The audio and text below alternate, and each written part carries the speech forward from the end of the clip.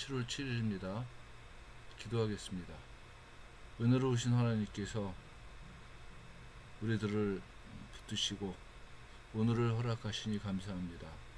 하나님께서 베푸신 은혜로 오늘을 살고 삶에서 만나는 하나님을 영화롭게 하는 축복을 감당하도록 도와주옵소서. 모든 말씀 예수님의 이름으로 기도합니다. 아멘.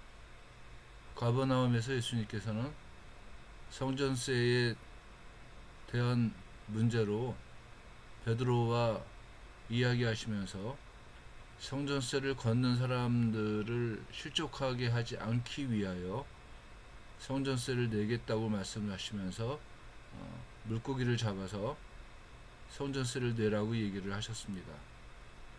유대인들은 성전세를 1년에 한 번씩 냈는데 그거는 느헤미야 시대에 고정된 거라고 얘기를 합니다. 예수님께서는 제자들에게 예루살렘에서 고난 받으실 것을 2번이나 말씀하셨는데 예수님께서 무엇 때문에 고난을 받으셔야지만 되는지를 이해하지 못하는 제자들 사이에서는 인간적인 변론이 일어났습니다. 그 주제는 누가 크냐 이거였습니다. 예수님께서는 제자들에게 새로운 가치로서의 겸손을 말씀을 하십니다. 큰 자의 조건이 뭐냐? 겸손해야지만 된다는 겁니다. 그래서 예수님께서는 한 어린아이를 불러 그들 가운데 세우시고 이르시되 진실로 너희에게 이르노니 너희가 돌이켜 어린아이들과 같이 되지 아니하면 결단코 천국에 들어가지 못하리라. 그러므로 누구든지 이 어린아이와 같이 자기를 낮추는 사람이 천국에서 큰 자니라 이렇게 말씀을 하셨습니다. 믿음의 공동체를 이끌어가는 가장 중요한 원리가 어린아이와 같아야 된다는 겁니다. 어린아이들에게 있는 어떤 한계를 얘기하는 것이 아니고 어린아이가 그 한계로 말미암아서 전적으로 그 부모를 의지할 수밖에 없는 그 품성, 그것을 예수님께서는 겸손이라고 말씀을 하시고 있는 겁니다.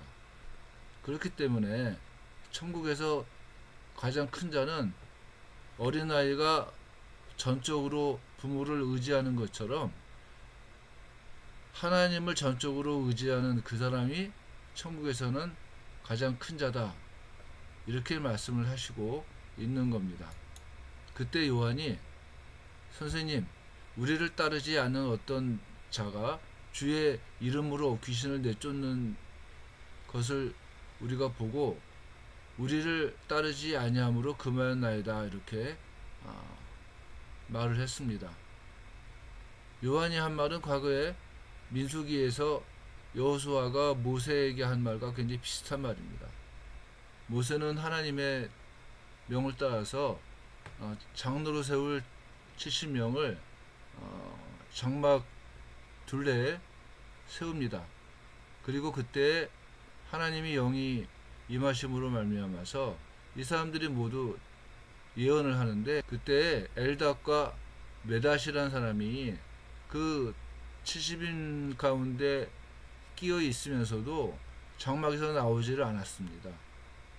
그럼에도 불구하고 그들도 예언을 하니까 여호수아가 그 이야기를 듣고 모세에게 그 사람들에게 예언하는 것을 금하게 해주십시오 라고 얘기를 했을 때 모세가 여호수아에게 내가 나를 두고 시기하느냐, 여호와께서 그의 영을 그 모든 백성에게 주사 다 선지자가 되게 하시기를 원하노라 이렇게 말을 했습니다. 예수님도 요한의 말을 듣고서 금하지 말라, 내 이름을 의탁하여 능한 일을 행하고 즉시로 나를 비방할 자가 없느니라. 우리를 반대하지 않는 자는 우리를 위하는 자니라 이렇게 말씀을 하십니다. 바꿔 말하면은 요한의 어떤 한계, 예수님의 이름으로 귀신을 내쫓는 것 같은 그런 일들을 일으키기 위해서는 어떤 공동체 속에 있어야지만 된다고 얘기를 한 건데, 예수님께서는 안 그렇다고 얘기를 하시는 겁니다. 내 이름으로, 예수님의 이름으로 능한 일을 하고 즉시로 예수님을 비방하거나 아니면은 거역할 사람이 없다고 말씀을 하시고 있는 겁니다. 예수님께서는 요한에게 예수님 이름으로 귀신을 쫓아내지 않는 공동체 바깥에 있는 사람이라도 금하지 말라고 말씀을 하시면서, 누구든지 너희가 그리스도에게 속한 자라 하여 물 한 그릇이라도 주면 내가 진실로 너희에게 이르노니 그가 결코 상을 잃지 않으리라고 말씀을 하셨습니다. 그리스도를 위한 선한 행실은 반드시 종말론적인 보상을 받게 될 것이다. 이것을 얘기를 하시는 겁니다. 예수님은 특별히 마태복음 7장 15절서부터 27절에서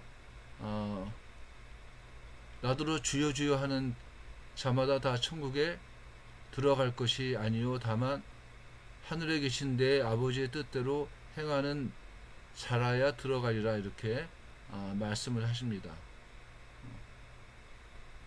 그러면서 그 마지막 날의 상황을 말씀을 하시는데,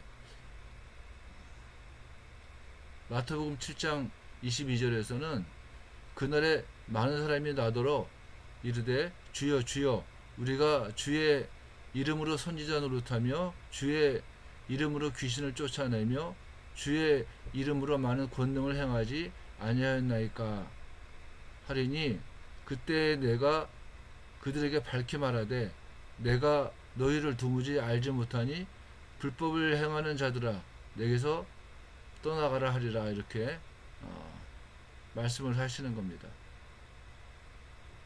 이들의 잘못은 뭐겠습니까? 좋은 열매가 없다는 거예요. 삶 속에서. 바꿔 말하면은 그리스도를 위해서 한 선한 행실이 없다는 겁니다. 그리고 좀 과장적으로 표현을 해서 어린아이를 실족하게 하거나 범죄를 했을 때에는 손과 눈과 그리고 발을 찍어버리라고 말씀을 하십니다. 신체적인 장애를 갖고 천국에 가는 것이 신체적인 온전함으로 지옥에 가는 것보다 낫다는 말씀입니다. 하나님의 백성들의 삶이라고 하는 게 하나님의 그 뜻을 이루어 나가는 삶 아니겠습니까? 그렇기 때문에 언제나 누군가를 실족하지 않게 할 수 있는, 또 스스로 범죄에 빠지지 않게 하기 위해서는 손과 눈과 그리고 발을 제어하고 또 조심해야지만 된다는 말씀을 하시고 있는 겁니다. 예수님께서는 나를 믿는 이 작은 자들 중 하나라도 실족하게 하는 사람들은 이방인들처럼 취급될 것이고 사람마다 불로써 소금치듯 함을 받으리라, 이렇게 심판 당할 때의 모습을 미리 말씀을 하십니다.